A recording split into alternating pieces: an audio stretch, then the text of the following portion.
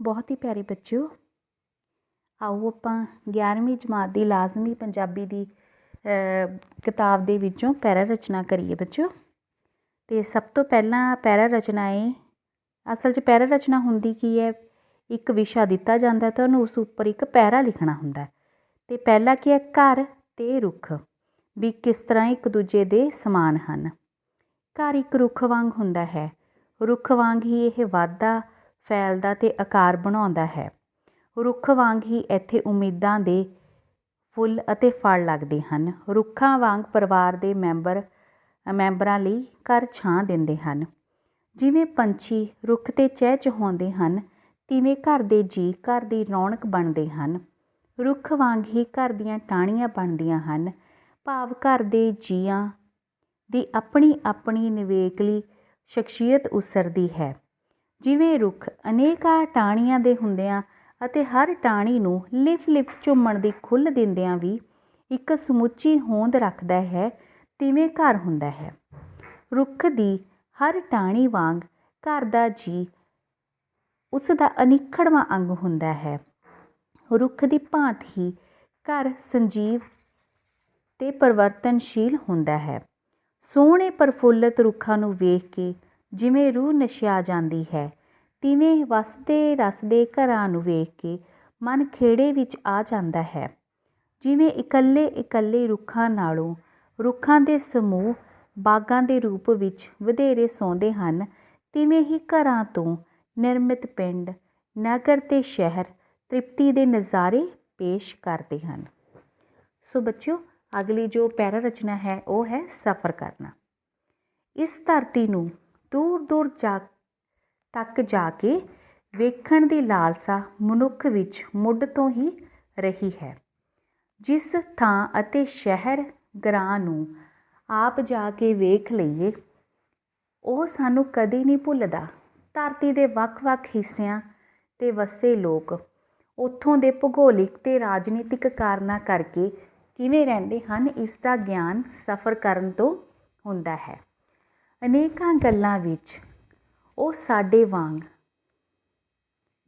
ਰਹਿੰਦੇ ਹਨ, ਕੁਝ ਗੱਲਾਂ ਵਿੱਚ ਭਿੰਨ ਹੋ ਸਕਦੇ ਹਨ। ਆਪਣੀ ਸੌੜੀ ਦੁਨੀਆ ਵਿੱਚ ਇੱਕ ਰਸ ਬਣੀ ਜ਼ਿੰਦਗੀ ਤੋਂ ਸਫ਼ਰ ਸਦਕਾ ਕੁਝ ਸਮੇਂ ਲਈ ਮੁਕਤ ਹੋਇਆ ਜਾ ਸਕਦਾ ਹੈ। ਸਫ਼ਰ ਦੀਆਂ ਕਈ ਤਰ੍ਹਾਂ ਦੀਆਂ ਔਕੜਾਂ ਦੇ ਬਾਵਜੂਦ ਸਫ਼ਰ ਇੱਕ ਨਿਵੇਕਲਾ ਅਤੇ ਤਾਜ਼ਗੀ ਦੇਣ ਵਾਲਾ ਅਨੁਭਵ ਹੁੰਦਾ ਹੈ। ਸਾਡੇ ਬਹੁਤੇ ਲੋਕ ਆਰਥਿਕ ਔਕੜਾਂ ਕਾਰਨ ਸ਼ੌਕੀਆ ਸਫ਼ਰ ਨਹੀਂ ਕਰ ਸਕਦੇ। ਉਹ ਸਾਕ ਸੰਬੰਧੀਆਂ ਨੂੰ ਮਿਲਣ, ਕੰਮਕਾਰ ਦੇ ਸੰਬੰਧ ਵਿੱਚ ਇੱਕ ਥਾਂ ਤੋਂ ਦੂਜੀ ਥਾਂ ਜਾਣ ਜਾਂ ਧਾਰਮਿਕ ਵਿਸ਼ਵਾਸਾਂ ਅਧੀਨ ਤੀਰਥ ਯਾਤਰਾ ਕਰਨ ਲਈ ਹੀ ਘਰੋਂ ਬਾਹਰ ਨਿਕਲਦੇ ਹਨ। ਪਰ ਚੰਗੀ ਗੱਲ ਇਹ ਹੈ ਕਿ ਕੁਝ ਘੁਮੱਕੜ ਆਪਣੀਆਂ ਯਾਤਰਾਵਾਂ ਦਾ ਹਾਲ ਕਾਨੀਬੱਧ ਕਰ ਦਿੰਦੇ ਹਨ। ਉਹਨਾਂ ਦੇ ਲਿਖੇ ਸਫ਼ਰਨਾਮੇ ਸਫ਼ਰ ਦਾ ਜੇ ਸਾਰਾ ਨਹੀਂ ਤਾਂ ਅੱਧਾ ਕੁ ਆਨੰਦ ਤਾਂ ਦੇ ਹੀ ਦਿੰਦੇ ਹਨ। ਉਸ ਤੋਂ ਬਾਅਦ ਹੈ ਬੱਚੋ ਭੀੜ। ਹੁਣ ਤੁਹਾਨੂੰ ਭੀੜ ਵੇਖਣ ਲਈ ਕਿਸੇ ਮੇਲੇ ਜਾਂ ਤੀਰਥ ਸਥਾਨ 'ਤੇ ਜਾਣ ਦੀ ਜ਼ਰੂਰਤ ਨਹੀਂ। ਘਰ ਤੋਂ ਬਾਹਰ ਪੈਰ ਪੁੱਟਦਿਆਂ ਹੀ ਕਈ ਥਾਈਂ ਭੀੜ ਦਾ ਦ੍ਰਿਸ਼ ਵੇਖਿਆ ਜਾ ਸਕਦਾ ਹੈ। ਬੱਸ ਅੱਡਾ, ਰੇਲਵੇ ਸਟੇਸ਼ਨ, ਹਸਪਤਾਲ, ਡਾਕਖਾਨਾ, ਬਾਜ਼ਾਰ ਆਦਿ ਅਨੇਕਾਂ ਥਾਵਾਂ ਉੱਤੇ ਭੀੜ ਦੇ ਨਜ਼ਾਰੇ ਵੇਖੇ ਜਾ ਸਕਦੇ ਹਨ। ਹਫੜਾ ਦਫੜੀ ਅਤੇ ਕਾਵਾਂ ਰੌਲੀ ਭੀੜ ਦੇ ਦੋ ਉਗੜਵੇਂ ਚਿੰਨ੍ਹ ਹਨ। ਤੁਸੀਂ ਮੂੰਹ ਵਿੱਚ ਉਂਗਲਾਂ ਪਾ ਲਓਗੇ ਕਿ ਇੰਨਾ ਮੁਲਖਈਆ ਕਿੱਥੋਂ ਆ ਗਿਆ। ਦੋ ਕਾਰਨ ਬੜੇ ਸਪਸ਼ਟ ਹਨ। ਇੱਕ ਤਾਂ ਦਿਨੋਂ ਦਿਨ ਵੱਧ ਰਹੀ ਆਬਾਦੀ, ਦੂਜਾ ਸ਼ਹਿਰ ਵਿੱਚ ਉੱਥੇ ਮਿਲਦੀਆਂ ਕੰਮ ਦੀਆਂ ਸਹੂਲਤਾਂ ਤੇ ਹੋਰ ਸੇਵਾਵਾਂ ਦੀ ਉਪਲਬਧੀ ਕਾਰਨ ਆਬਾਦੀ ਦਾ ਜਮਜਮਾ ਹੋਣਾ ਜਾਂ ਜਮਘਟਾ ਹੋਣਾ। ਗਰੀਬ ਲੋਕਾਂ ਦੀਆਂ ਬਸਤੀਆਂ ਵਿੱਚ ਤਾਂ ਜਾਣੋ ਕੁਰਬਲ ਕੁਰਬਲ ਹੋ ਰਹੀ ਹੈ। ਤੀਜਾ, ਲੋਕੀ ਕੰਮਕਾਰ, ਪੜ੍ਹਾਈ, ਹਸਪਤਾਲਾਂ ਤੋਂ ਇਲਾਜ ਕਰਵਾਉਣ ਆਦਿ ਕਰਕੇ ਕਿਤੇ ਨਾ ਕਿਤੇ ਜਾਣ ਲਈ ਸੜਕ ਉੱਤੇ ਆਏ ਹੁੰਦੇ ਹਨ। ਮੋਟਰਾਂ ਗੱਡੀਆਂ ਦੀ ਗਿਣਤੀ ਵਿੱਚ ਵੀ ਬੇਸ਼ੁਮਾਰ ਵਾਧਾ ਹੋਇਆ ਹੈ। ਇੰਜ ਥਾਂ ਪਰ ਥਾਂ ਵੱਧ ਰਹੀ ਭੀੜ ਸਭਨਾਂ ਲਈ ਸਿਰਦਰਦੀ ਬਣ ਰਹੀ ਹੈ। ਉਸ ਤੋਂ ਬਾਅਦ ਬੱਚਿਓ ਹਸਪਤਾਲ। ਹਸਪਤਾਲ ਜਾਣ ਦੇ ਨਾਂ ਤੋਂ ਡਰਨ ਦੀ ਲੋੜ ਨਹੀਂ। ਹਸਪਤਾਲ ਵਿੱਚ ਅਸੀਂ ਆਪਣੇ ਰੋਗਾਂ ਦੇ ਇਲਾਜ ਲਈ ਜਾਂਦੇ ਹਾਂ। ਸਰੀਰਕ ਜਾਂ ਮਾਨਸਿਕ ਪੀੜ ਹੋਵੇ ਤਾਂ ਝੱਟ ਹਸਪਤਾਲ ਜਾਣ ਦਾ ਖਿਆਲ ਆਉਂਦਾ ਹੈ। ਸਾਡੇ ਬਹੁਤੇ ਹਸਪਤਾਲ ਸਰਕਾਰੀ ਹਨ, ਜਿਸ ਦਾ ਮਤਲਬ ਹੈ ਕਿ ਇਹ ਲੋਕਾਂ ਦੇ ਹਸਪਤਾਲ ਹਨ ਅਤੇ ਉਹਨਾਂ ਦੀ ਸੇਵਾ ਲਈ ਬਣੇ ਹਨ। ਵਿੱਦਿਆ, ਸਿਹਤ ਸਹੂਲਤਾਂ, ਆਵਾਜਾਈ ਲਈ ਸੜਕਾਂ ਅਤੇ ਰੇਲ ਮਾਰਗ ਇਹ ਸਮਾਜ ਦੇ ਸਾਂਝੇ ਯਤਨਾਂ ਨਾਲ ਬਣਦੇ ਹਨ। ਸਾਡੇ ਵੱਲੋਂ ਸਿੱਧੇ ਜਾਂ ਅਸਿੱਧੇ ਤੌਰ 'ਤੇ ਟੈਕਸਾਂ ਦੀ ਅਦਾਇਗੀ ਇਹਨਾਂ ਸਾਂਝੀਆਂ ਸੰਸਥਾਵਾਂ ਨੂੰ ਉਸਾਰਨ ਲਈ ਹੀ ਤਾਂ ਹੁੰਦੀ ਹੈ। ਇਸ ਲਈ ਹਸਪਤਾਲ ਨੂੰ ਆਪਣਾ ਹਸਪਤਾਲ ਕਹਿਣਾ ਚਾਹੀਦਾ ਹੈ ਅਤੇ ਹਸਪਤਾਲ ਨੂੰ ਜਾਣ ਬਿਪਤਾ ਨਹੀਂ, ਸਗੋਂ ਲੋੜ ਪੈਣ 'ਤੇ ਨਿਰੋਗ ਰਹਿਣ ਲਈ ਇੱਕ ਯਤਨ ਮੰਨਣਾ ਚਾਹੀਦਾ ਹੈ। ਹਸਪਤਾਲ ਨੂੰ ਆਸ਼ਾਵਾਦੀ ਹੋ ਕੇ ਹੀ ਜਾਣਾ ਚਾਹੀਦਾ ਹੈ। ਜ਼ਰਾ ਸੋਚੋ, ਹਸਪਤਾਲ ਦੇ ਡਾਕਟਰ ਅਤੇ ਨਰਸਾਂ ਤੁਹਾਡੀ ਸਹਾਇਤਾ ਕਰਨ ਲਈ ਹਨ।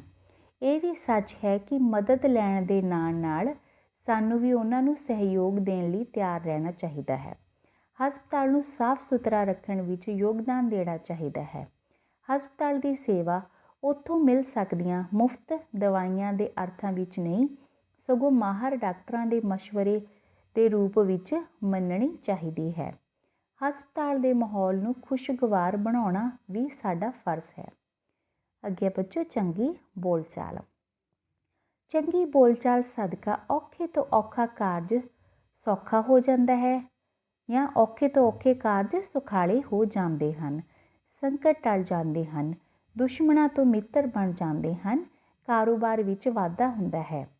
ਮੌਕੇ ਮੁਤਾਬਕ ਢੁਕਵੀਂ ਤੇ ਜਚਵੀਂ ਬੋਲਚਾਲ ਉਹ ਕਰਾਮਾਤ ਕਰ ਜਾਂਦੀ ਹੈ ਜੋ ਨਾ ਪੈਸਾ ਕਰ ਸਕਦਾ ਹੈ ਅਤੇ ਨਾ ਹੀ ਕੋਈ ਹਥਿਆਰ। ਕੀ ਇਹ ਅਚੰਭਾ ਨਹੀਂ ਹੈ? ਤਬਾਹੀ ਮਚਾਉਂਦੇ ਜੰਗਾਂ ਯੁੱਧਾਂ ਤੋਂ ਪਿੱਛੋਂ ਮਸਲਿਆਂ ਦੇ ਹੱਲ ਲਈ ਆਖਰ ਬੋਲਚਾਲ ਦਾ ਰਾਹ ਹੀ ਅਪਣਾਇਆ ਜਾਂਦਾ ਹੈ। ਅਸਲ ਵਿੱਚ ਬੋਲਚਾਲ ਸਾਡੇ ਲਈ ਬਾਹਰਲੇ ਸੰਸਾਰ ਵੱਲ ਬੂਹੇ ਖੋਲ੍ਹਦੀ ਹੈ। ਚੰਗੀ ਬੋਲਚਾਲ ਦਾ ਗੁਣ ਹੋਵੇ ਤਾਂ ਜਾਣੋ ਸੰਸਾਰ ਸਾਡਾ ਸਵਾਗਤ ਕਰਦਾ ਮਿਲਦਾ ਹੈ। ਤਦ ਤਾਂ ਸਾਡੀਆਂ ਪੜ੍ਹਾਈਆਂ ਵਿੱਚ ਭਾਸ਼ਾਵਾਂ ਨੂੰ ਵਿਸ਼ਿਆਂ ਵਜੋਂ ਰੱਖਿਆ ਜਾਂਦਾ ਹੈ। ਭਾਸ਼ਾ ਉੱਤੇ ਜਿੰਨਾ ਕਿਸੇ ਦਾ ਅਧਿਕਾਰ ਹੋਵੇਗਾ, ਓਨਾ ਹੀ ਉਸਦੀ ਬੋਲਚਾਲ ਵਿੱਚ ਨਿਖਾਰ ਆਉਂਦਾ ਜਾਵੇਗਾ। ਨੌਕਰੀਆਂ, ਮੁਕਾਬਲੇ ਦੇ ਇਮਤਿਹਾਨਾਂ, ਇੱਥੋਂ ਤੱਕ ਕਿ ਸੁੰਦਰਤਾ ਦੇ ਮੁਕਾਬਲਿਆਂ ਵਿੱਚ ਵੀ ਚੰਗੀ ਬੋਲਚਾਲ ਦੇ ਗੁਣ ਨੂੰ ਆਂਕਿਆ ਜਾਂਦਾ ਹੈ। ਘਰ ਹੋਵੇ ਜਾਂ ਉਹ ਥਾਂ ਜਿੱਥੇ ਅਸੀਂ ਉਪਜੀਵਿਕਾ ਲਈ ਦਿਨ ਭਰ ਕੰਮ ਕਰਦੇ ਹਾਂ, ਚੰਗੀ ਬੋਲਚਾਲ ਸਾਨੂੰ ਸੁਚੱਜੇ ਅਤੇ ਸਹਿਯੋਗ ਲੈ ਸਕਣ ਦੇ ਯੋਗ ਬਣਾ ਦਿੰਦੀ ਹੈ।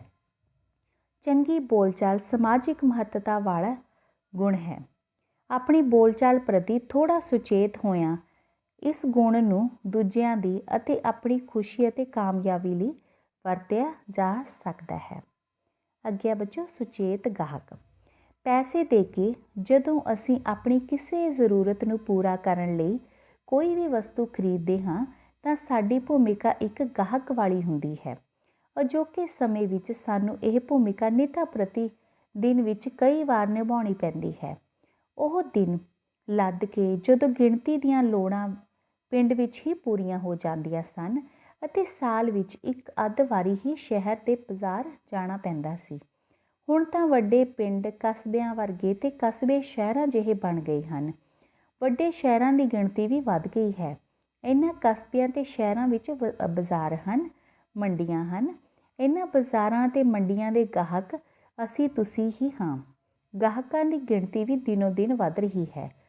ਸਾਰੇ ਗਾਹਕ ਚੁਕੰਨੇ ਹੋ ਜਾਣ ਤਾਂ ਸਹਿਜੇ ਹੀ ਕਿੰਨੀ ਵੱਡੀ ਤਬਦੀਲੀ ਆ ਜਾਵੇਗੀ। ਗਾਹਕ ਕਿਵੇਂ ਸੁਚੇਤ ਹੋਵੇ? ਦਵਾਈ ਖਰੀਦਣ ਲੱਗਿਆਂ ਉਸਦੀ ਮਿਆਦ ਪੁੱਗਣ ਦੀ ਤਾਰੀਖ ਤੋਂ ਜਾਣੂ ਹੋਣਾ ਚਾਹੀਦਾ ਹੈ। ਕੀਮਤ ਵੇਖਣੀ ਅਤੇ ਰਸੀਦ ਲੈਣੀ ਇੱਕ ਸਧਾਰਨ ਗੱਲ ਹੈ। ਇਵੇਂ ਵਸਤੂ ਦੇ ਗੁਣ ਭਾਵ ਕੁਆਲਿਟੀ ਵੀ ਵੇਖਣੀ ਜ਼ਰੂਰੀ ਹੈ। ਕੋਈ ਚੀਜ਼ ਖਰੀਦਣ ਲਈ ਬਾਜ਼ਾਰ ਜਾਈਏ ਤਾਂ ਅਸੀਂ ਵੇਖਦੇ ਹਾਂ ਕਿ ਵੱਖ-ਵੱਖ ਕੰਪਨੀਆਂ ਦੀ ਬਣੀ ਇੱਕ ਹੀ ਚੀਜ਼ ਦੀਆਂ ਕੀਮਤਾਂ ਵਿੱਚ ਬਹੁਤ ਅੰਤਰ ਹੁੰਦਾ ਹੈ। ਜੇ ਦੁਕਾਨਦਾਰ ਕਿਸੇ ਇੱਕ ਵਸਤੂ ਦੀ ਦੂਜੀ ਕੰਪਨੀ ਦੀ ਵਸਤੂ ਨਾਲੋਂ ਵੱਧ ਕੀਮਤ ਦੱਸਦਾ ਹੈ ਤਾਂ ਵੱਧ ਕੀਮਤ ਵਾਲੀ ਵਸਤੂ ਦੀ ਖੂਬੀ ਬਾਰੇ ਜਾਣਨਾ ਸਾਡਾ ਹੱਕ ਹੈ। ਸੁਚੇਤ ਗਾਹਕ ਆਪਣੇ ਪੈਸੇ ਦਾ ਠੀਕ ਮੁੱਲ ਹਾਸਲ ਕਰਨ ਲਈ ਅਜਿਹੀਆਂ ਆਮ ਸੂਝ ਵਾਲੀਆਂ ਕਿੰਨੀਆਂ ਗੱਲਾਂ ਜਾਣਦਾ ਹੁੰਦਾ ਹੈ। ਅੱਗੇ ਹੈ ਬੱਚਿਓ ਸਾਈਕਲ ਦੀ ਵਰਤੋਂ।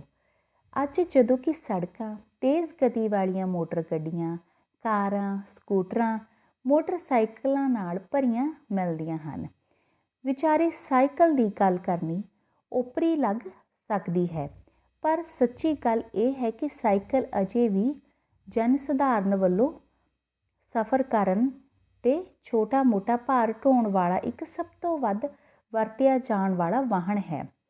ਛੋਟੇ ਫਾਸਲਿਆਂ ਤੱਕ ਆਉਣ ਜਾਣ ਲਈ ਸਾਈਕਲ ਦੀ ਕੋਈ ਰੀਸ ਨਹੀਂ। ਸਾਈਕਲ ਦੀ ਵਰਤੋਂ ਨਾਲ ਵਾਤਾਵਰਨ ਦੂਸ਼ਿਤ ਨਹੀਂ ਹੁੰਦਾ, ਜਿਵੇਂ ਪੈਟਰੋਲ ਅਤੇ ਡੀਜ਼ਲ ਨਾਲ ਚੱਲਣ ਵਾਲੇ ਹੋਰ ਵਾਹਨ ਨਾਲ ਹੁੰਦਾ ਹੈ। ਦੇਸ਼ ਦੇ ਊਰਜਾ ਸੋਮਿਆਂ ਨੂੰ ਮੁਕਾਉਣ ਲਈ ਸਾਈਕਲ ਕਦੇ ਵੀ ਦੋਸ਼ੀ ਨਹੀਂ ਹੋ ਸਕਦਾ। ਪੱਕੀਆਂ ਖੁੱਲ੍ਹੀਆਂ ਸੜਕਾਂ ਉੱਤੇ ਤਾਂ ਸਾਰੇ ਹੀ ਵਾਹਨ ਭੱਜੇ ਜਾਂਦੇ ਹਨ, ਪਰ ਸਾਈਕਲ ਕੱਚੇ ਅਤੇ ਤੰਗ ਰਾਹਾਂ ਉੱਤੇ ਵੀ ਆਪਣੇ ਮਾਲਕ ਦਾ ਸਾਥ ਦਿੰਦਾ ਹੈ। ਰਸਤਾ ਬਹੁਤਾ ਔਖਾ ਹੋਵੇ ਤਾਂ ਇਹ ਅੜ ਨਹੀਂ ਖਲੋਂਦਾ, ਬਸ ਜ਼ਰਾ ਜਿੰਨਾ ਚੁੱਕ ਕੇ ਲੰਘਾ ਲਓ ਅਤੇ ਫਿਰ ਇਸ ਉੱਤੇ ਸਵਾਰ ਹੋ ਜਾਓ। ਇਹ ਨਹੀਂ ਕਿ ਇਸ ਨੂੰ ਧੱਕਾ ਲਾਉਣਾ ਪਵੇ। ਸਾਈਕਲ ਸਰਫੇ ਪੱਖੋਂ ਹੀ ਸਿਫਤ ਦਾ ਹੱਕਦਾਰ ਨਹੀਂ, ਸਿਹਤ ਸੰਭਾਲ ਦੇ ਪੱਖੋਂ ਵੀ ਇਸ ਦੀ ਰੀਸ ਨਹੀਂ। ਸਾਈਕਲ ਚਲਾਉਣਾ ਇੱਕ ਚੰਗੀ ਕਸਰਤ ਹੈ। ਸਾਈਕਲ ਦੀ ਵਰਤੋਂ ਕਰਨ ਨਾਲ ਕਿਸੇ ਦਾ ਰੁਤਬਾ ਨਹੀਂ ਘਟ ਜਾਂਦਾ। ਕੁਝ ਦਹਾਕੇ ਪਹਿਲਾਂ ਚੰਗੇ ਰੁਤਬਿਆਂ ਵਾਲੇ ਸਾਈਕਲ ਉੱਤੇ ਚੜ੍ਹਨਾ ਫ਼ਖਰ ਸਮਝਦੇ ਸਨ। ਇਹ ਤਾਂ ਫੈਸ਼ਨ ਦੀ ਗੱਲ ਹੈ। ਜੇ ਸਾਈਕਲ ਦੀ ਵਰਤੋਂ ਆਪਣੇ ਤੇ ਸਮਾਜ ਦੇ ਹਿੱਤ ਵਿੱਚ ਹੋਵੇ ਤਾਂ ਇਸ ਵਿੱਚ ਸੰਕੋਚ ਨਹੀਂ ਹੋਣਾ ਚਾਹੀਦਾ। ਅੱਗੇ ਹੈ ਬੱਚਿਓ ਖੂਨਦਾਨ।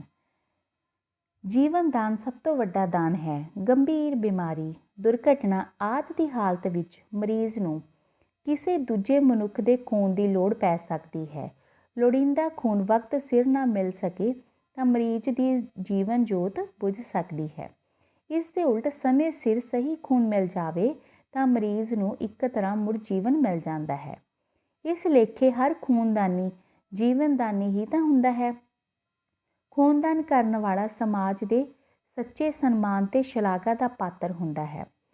ਉਹ ਜੀਵਨ ਨੂੰ ਸਹੀ ਅਰਥਾਂ ਵਿੱਚ ਪਿਆਰ ਕਰਦਾ ਹੈ। ਉਸ ਦੇ ਇਸ ਨੇਕ ਕਾਰਜ ਸਦਕਾ ਕੇਵਲ ਕਿਸੇ ਇੱਕ ਵਿਅਕਤੀ ਦੀ ਜਾਨ ਹੀ ਨਹੀਂ ਬਚਦੀ, ਉਸ ਬਚਣ ਵਾਲੇ ਵਿਅਕਤੀ ਨਾਲ ਸਮੁੱਚੇ ਪਰਿਵਾਰ ਦਾ ਬਚਾਅ ਹੋ ਜਾਂਦਾ ਹੈ। ਕਿੰਨੇ ਪਰਿਵਾਰ ਮੁੜ ਖਿੜ ਉੱਠਦੇ ਹਨ, ਕਿੰਨੀਆਂ ਜ਼ਿੰਮੇਵਾਰੀਆਂ ਦੇ ਅਧੂਰੇ ਰਹਿ ਜਾਣ ਦਾ ਖਤਰਾ ਟਲ ਜਾਂਦਾ ਹੈ। ਸਮਾਜਿਕ ਜੀਵਨ ਵਿੱਚ ਪੈਂਦੇ ਵਿਘਨ ਕੁਝ ਘਟ ਜਾਂਦੇ ਹਨ। ਇਸ ਤਰ੍ਹਾਂ ਖੂਨਦਾਨ ਪਰਉਪਕਾਰ ਹੈ। ਇਹ ਰੱਬੀ ਕਾਰਜ ਹੈ। ਖੂਨਦਾਨੀ ਦੇ ਜੀਵਨ ਵਿੱਚ ਨਿਰਸਵਾਰਥ ਹੋ ਕੇ ਆਪਣਾ ਖੂਨਦਾਨ ਕਰਨ ਦੀ ਘੜੀ ਮਹਾਨ ਹੁੰਦੀ ਹੈ। ਉਸ ਦੇ ਖੂਨ ਦੇ ਇੱਕ ਇੱਕ ਕਤਰੇ ਨੇ ਕਿਸੇ ਦੀ ਬੁਝਦੀ ਜੀਵਨ ਜੋਤ ਨੂੰ ਸਹਾਰਾ ਦੇਣਾ ਹੁੰਦਾ ਹੈ, ਤਾਂ ਜੋ ਇਹ ਫਿਰ ਆਪਣੇ ਆਪ ਲੰਮੇ ਸਮੇਂ ਲਈ ਜਾਗਦੀ ਰਹੇ। ਇੱਕ ਉਹ ਹਨ ਜੋ ਬਦੀ ਦੇ ਪੁਤਲੇ ਬਣ ਕੇ ਬੇਕਸੂਰਾਂ ਦਾ ਖੂਨ ਵਹਾਉਣ ਤੋਂ ਨਹੀਂ ਝਿਜਕਦੇ।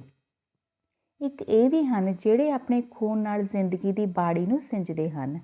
ਭਾਈ ਕਨ੍ਹਈਆ, ਭਗਤ ਪੂਰਨ ਸਿੰਘ ਦੀ ਸੇਵਾ ਭਾਵਨਾ ਅਤੇ ਮਦਰ ਟਰੇਸਾ ਦੀ ਤਿਆਗ ਤੇ ਕੁਰਬਾਨੀ ਦੀ ਭਾਵਨਾ ਵਿੱਚ ਜੀਵਨ ਨੂੰ ਜਿਉਂਦਾ ਰੱਖਣ ਦੀ ਭਾਵਨਾ ਹੈ। ਖੂਨਦਾਨ ਕਰਨ ਵਾਲਿਆਂ ਰਾਹੀਂ ਵੀ ਇਹ ਜੀਵਨ ਧਾਰਾ ਬਰਾਬਰ ਬਲਵਾਨ ਹੋ ਰਹੀ ਹੈ। ਅੱਗੇ ਬੱਚੋ ਲਾਇਬ੍ਰੇਰੀ ਜਾਣਾ। ਲਾਇਬ੍ਰੇਰੀ ਜਾਣਾ ਕਦੇ ਵੀ ਘਾਟੇ ਦਾ ਸੌਦਾ ਨਹੀਂ ਹੁੰਦਾ। ਜਗਿਆਸੂਆਂ ਅਤੇ ਗਿਆਨ ਦੇ ਅਭਿਲਾਸ਼ੀਆਂ ਲਈ ਲਾਇਬ੍ਰੇਰੀ ਤੋਂ ਵੱਧ ਲਾਭਕਾਰੀ ਹੋਰ ਥਾਂ ਕਿਹੜੀ ਹੋ ਸਕਦੀ ਹੈ। ਵੱਡੇ ਵੱਡੇ ਵਿਦਵਾਨ ਜਿਨ੍ਹਾਂ ਦੀਆਂ ਨਵੀਆਂ ਸੋਚਾਂ ਨੇ ਦੁਨੀਆ ਦੀ ਨੁਹਾਰ ਬਦਲ ਦਿੱਤੀ ਹੈ, ਪਤਾ ਨਹੀਂ ਕਿੰਨਾ ਕਿੰਨਾ ਸਮਾਂ ਲਾਇਬ੍ਰੇਰੀ ਵਿੱਚ ਗੁਜ਼ਾਰਦੇ ਰਹੇ।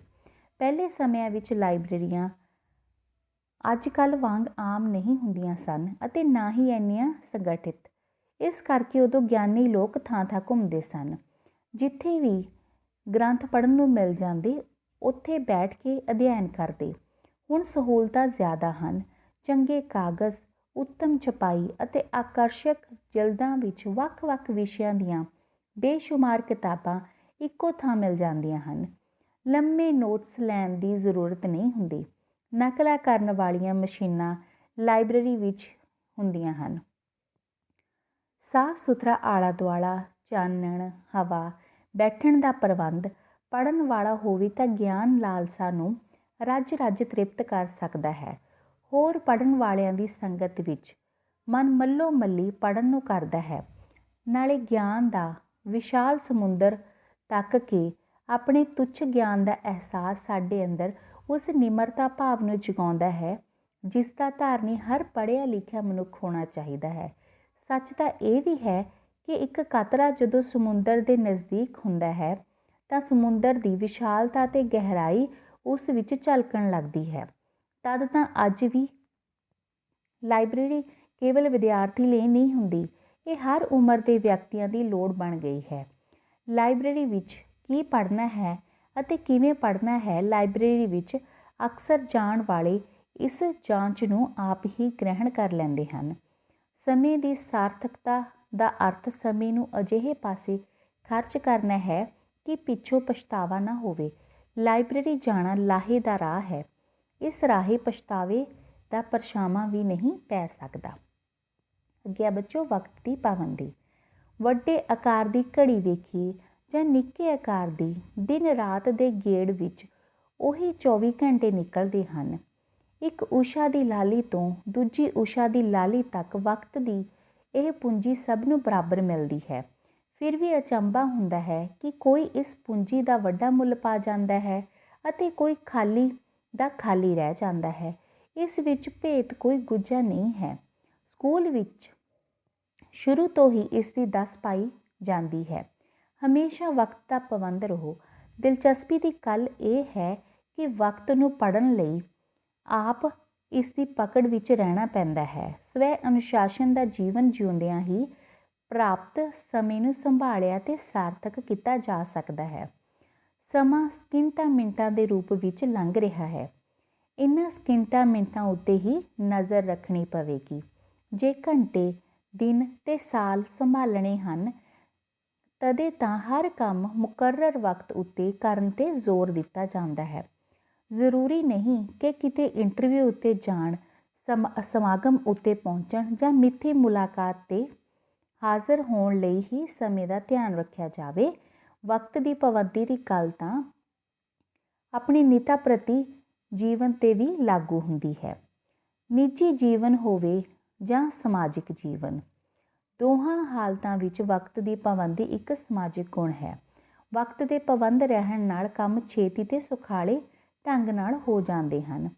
ਬੇਮਤਲਬ ਉਡੀਕ ਨਹੀਂ ਕਰਨੀ ਪੈਂਦੀ, ਜਿਸ ਕਾਰਨ ਖਾਮਖਾਹ ਦੇ ਤਣਾਵਾਂ ਤੋਂ ਬਚਾਅ ਹੋ ਜਾਂਦਾ ਹੈ।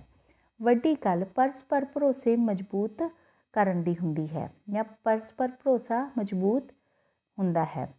ਇਹ ਭਰੋਸਾ ਹੀ ਆਪਸੀ ਸੰਬੰਧਾਂ ਦੀ ਚੂਲ ਹੁੰਦੀ ਹੈ। ਅੱਗੇ ਹੈ ਬੱਚੋ ਜੀਵਨ ਸੇਧ। ਅੱਜ ਕੱਲ੍ਹ ਅਸੀਂ ਅਖਬਾਰਾਂ ਵਿੱਚ ਨੌਜਵਾਨ ਮੁੰਡੇ ਕੁੜੀਆਂ ਦੀ ਹੁੱਲੜਬਾਜ਼ੀ, ਉਹਨਾਂ ਰਾਹੀਂ ਕੀਤੀਆਂ ਚੋਰੀਆਂ, ਕਤਲਾਂ ਆਦਿ ਦੀਆਂ ਖਬਰਾਂ ਆਮ ਪੜ੍ਹਦੇ ਹਾਂ। ਇਸ ਦੇ ਨਾਲ ਨਾਲ ਕਦੀ ਕਦੀ ਆਤਮ ਹੱਤਿਆਵਾਂ ਦੀ ਖਬਰਾਂ ਵੀ ਨਜ਼ਰ ਆਉਂਦੀਆਂ ਹਨ। ਜਦੋਂ ਵੀ ਦੋ ਪ੍ਰੌੜ ਮਨੁੱਖ ਗੱਲਾਂ ਕਰਦੇ ਹਨ ਤਾਂ ਇਸ ਦਾ ਨਤੀਜਾ ਕੱਢਦੇ ਹਨ ਕਿ ਅੱਜ ਕੱਲ੍ਹ ਦੇ ਨੌਜਵਾਨਾਂ ਨੂੰ ਜੀਵਨ ਸੇਧ ਪ੍ਰਾਪਤ ਨਹੀਂ ਹੋ ਰਹੀ। ਇਸ ਕਰਕੇ ਇਹ ਮਾੜੀਆਂ ਘਟਨਾਵਾਂ ਵਾਪਰ ਰਹੀਆਂ ਹਨ। ਕੁਝ ਸੋਚਦੇ ਹਨ ਅੱਜ ਕੱਲ੍ਹ ਤਾਂ ਸਕੂਲ ਕਾਲਜ ਬਹੁਤੀ ਗਿਣਤੀ ਵਿੱਚ ਖੁੱਲ੍ਹੇ ਹਨ ਅਤੇ ਬਹੁਤੇ ਮਾਪੇ ਵੀ ਪੜ੍ਹੇ ਲਿਖੇ ਹਨ। ਫਿਰ ਅਜਿਹਾ ਕਿਉਂ ਵਾਪਰਦਾ ਹੈ? ਅਸਲ ਵਿੱਚ ਮਾਪੇ ਜਾਂ ਵਿਦਿਅਕ ਸੰਸਥਾਵਾਂ ਨੌਜਵਾਨਾਂ ਦੀ ਸੁਰੱਖਿਆ ਦੇ ਯਤਨ ਕਰਦੇ ਹਨ ਅਤੇ ਉਹਨਾਂ ਨੂੰ ਆਪਣੇ ਨਿਸ਼ਾਨੇ ਜਾਂ ਮੰਤਵ ਵੱਲ ਵਧਣ ਲਈ ਤਿਆਰ ਕਰਦੇ ਹਨ। ਜੀਵਨ ਸੇਧ ਜਾਂ ਜੀਵਨ ਦਾ ਮਨੋਰਥ ਨੌਜਵਾਨਾਂ ਨੂੰ ਆਪਣੇ ਹਾਲਾਤ, ਸਮਰੱਥਾ ਅਤੇ ਸ਼ੌਕ ਅਨੁਸਾਰ ਆਪ ਹੀ ਲੱਭਣਾ ਅਤੇ ਮਿੱਥਣਾ ਹੁੰਦਾ ਹੈ। ਮਾਪਿਆਂ ਅਤੇ ਅਧਿਆਪਕਾਂ ਨੂੰ ਚਾਹੀਦਾ ਹੈ ਕਿ ਉਹ ਨੌਜਵਾਨਾਂ ਲਈ ਇਸ ਸੰਸਾਰ ਦੀਆਂ ਬੰਦ ਖਿੜਕੀਆਂ ਖੋਲ੍ਹ ਦੇਣ ਅਤੇ ਉਹ ਨੌਜਵਾਨਾਂ ਨੂੰ ਆਪਣਾ ਨਿਸ਼ਾਨਾ ਆਪ ਚੁਣ ਦੇਣ। ਇਸ ਸੇਧ ਵੱਲ ਵਧਦਿਆਂ ਉਹਨਾਂ ਨੂੰ ਜਿਹੜੀਆਂ ਔਕੜਾਂ ਆ ਸਕਦੀਆਂ ਹੋਣ ਉਹਨਾਂ ਬਾਰੇ ਉਹਨਾਂ ਨੂੰ ਸੁਚੇਤ ਕਰਕੇ ਉਹਨਾਂ ਦੀ ਮਦਦ ਕਰਨ, ਉਹਨਾਂ ਨੂੰ ਆਪਣੇ ਪਿੱਛੇ ਤੁਰਨ 'ਤੇ ਮਜਬੂਰ ਨਾ ਕਰਨ। ਅੱਗੇ ਬੱਚੋ ਸਵੈ ਅਧਿਐਨ। ਸਵੈ ਅਧਿਐਨ ਜੀਵਨ ਜਾਂਚ ਦਾ ਇੱਕ ਮਹੱਤਵਪੂਰਨ ਅੰਗ ਹੈ। ਕੁਝ ਲੋਕ ਸੋਚਦੇ ਹਨ ਕਿ ਸਕੂਲ, ਕਾਲਜ ਜਾਂ ਯੂਨੀਵਰਸਿਟੀ ਦੀਆਂ ਸ਼੍ਰੇਣੀਆਂ ਪਾਸ ਕਰ ਲੈਣੀਆਂ ਅਧਿਐਨ ਦੀ ਉੱਤਮ ਸੀਮਾ ਹੈ। ਇਹ ਗੱਲ ਪੂਰੀ ਠੀਕ ਨਹੀਂ ਹੈ। ਸਕੂਲਾਂ ਕਾਲਜਾਂ ਵਿੱਚ ਤਾਂ ਸਗੋਂ ਸਵੈ ਅਧਿਐਨ ਕਰਨ ਦੀ ਜਾਂਚ ਸਿਖਾਈ ਜਾਂਦੀ ਹੈ। ਇੰਝ ਵੀ ਕਿਹਾ ਜਾ ਸਕਦਾ ਹੈ ਕਿ ਵਿੱਦਿਅਕ ਸੰਸਥਾਵਾਂ ਵਿਦਿਆਰਥੀਆਂ ਨੂੰ ਇੱਕ ਤੀਜਾ ਨੇਤਰ ਪ੍ਰਦਾਨ ਕਰਦੀਆਂ ਹਨ। ਉਸ ਨੇਤਰ ਰਾਹੀਂ ਵਿਦਿਆਰਥੀਆਂ ਨੇ ਜ਼ਿੰਦਗੀ ਦੀ ਕਿਤਾਬ ਦਾ ਅਧਿਐਨ ਆਪ ਕਰਨਾ ਹੁੰਦਾ ਹੈ। ਦੁਨੀਆ ਦੇ ਅਨੇਕਾਂ ਮਹਾਂਪੁਰਸ਼ਾਂ ਨੂੰ ਸਕੂਲਾਂ ਕਾਲਜਾਂ ਵਿੱਚ ਪੜ੍ਹਨ ਦਾ ਮੌਕਾ ਨਹੀਂ ਮਿਲਿਆ। ਉਹਨਾਂ ਨੇ ਸਵੈ ਅਧਿਐਨ ਰਾਹੀਂ ਹੀ ਗਿਆਨ ਪ੍ਰਾਪਤ ਕਰਕੇ ਮਹਾਨ ਕਾਰਜ ਕੀਤੇ ਹਨ। ਅੱਜ ਕੱਲ੍ਹ ਹਰ ਵਿਸ਼ੇ ਉੱਤੇ ਭਾਂਤ-ਭਾਂਤ ਦੀਆਂ ਪੁਸਤਕਾਂ ਲਿਖੀਆਂ ਮਿਲਦੀਆਂ ਹਨ।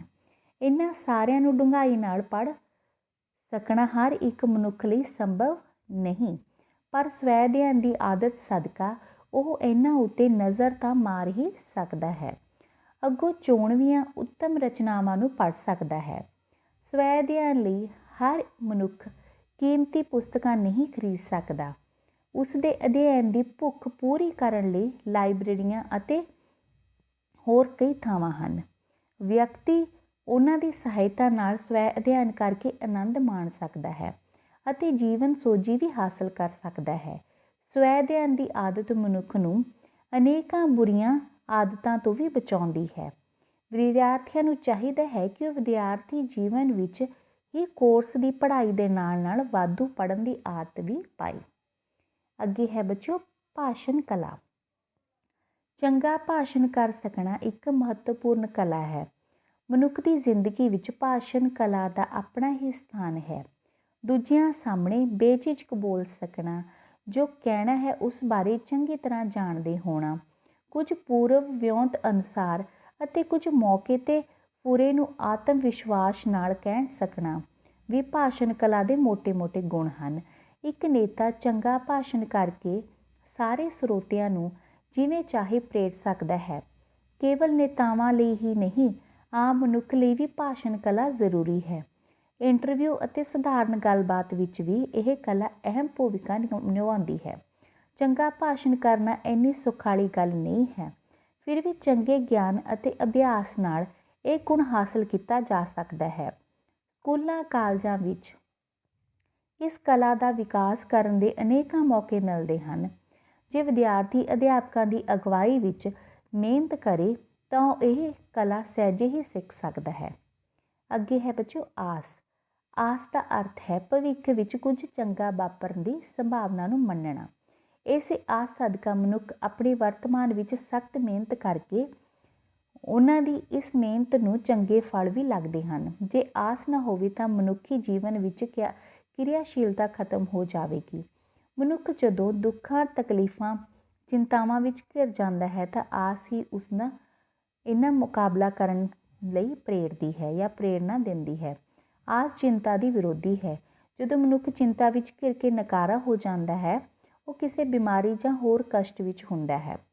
ਜਦੋਂ ਉਹ ਕਹਿੰਦਾ ਹੈ ਕਿ ਇਹ ਔਖਾ ਸਮਾਂ ਸਦਾ ਨਹੀਂ ਰਹਿਣਾ, ਤਦ ਮਨੁੱਖ ਫਿਰ ਆਸਵੰਦ ਹੋ ਕੇ ਚਿੰਤਾ ਅਤੇ ਬਿਮਾਰੀ ਦਾ ਮੁਕਾਬਲਾ ਕਰਦਿਆਂ ਚੰਗੇਰੇ ਭਵਿੱਖ ਲਈ ਕੁਝ ਨਾ ਕੁਝ ਯਤਨ ਕਰਨ ਲੱਗ ਪੈਂਦਾ ਹੈ। ਨਿਰਾਸ਼ ਵਿਅਕਤੀ ਸੰਘਰਸ਼ ਦਾ ਯਤਨ ਕਰਨ ਤੋਂ ਪਹਿਲਾਂ ਹੀ ਖਤਮ ਹੋ ਜਾਂਦਾ ਹੈ, ਪਰ ਆਸ਼ਾਵਾਦੀ ਹਮੇਸ਼ਾ ਇਹ ਸੋਚਦੇ ਹਨ ਕਿ ਜਦ ਤੱਕ ਸਵਾਸ ਤਬ ਤੱਕ ਆਸ।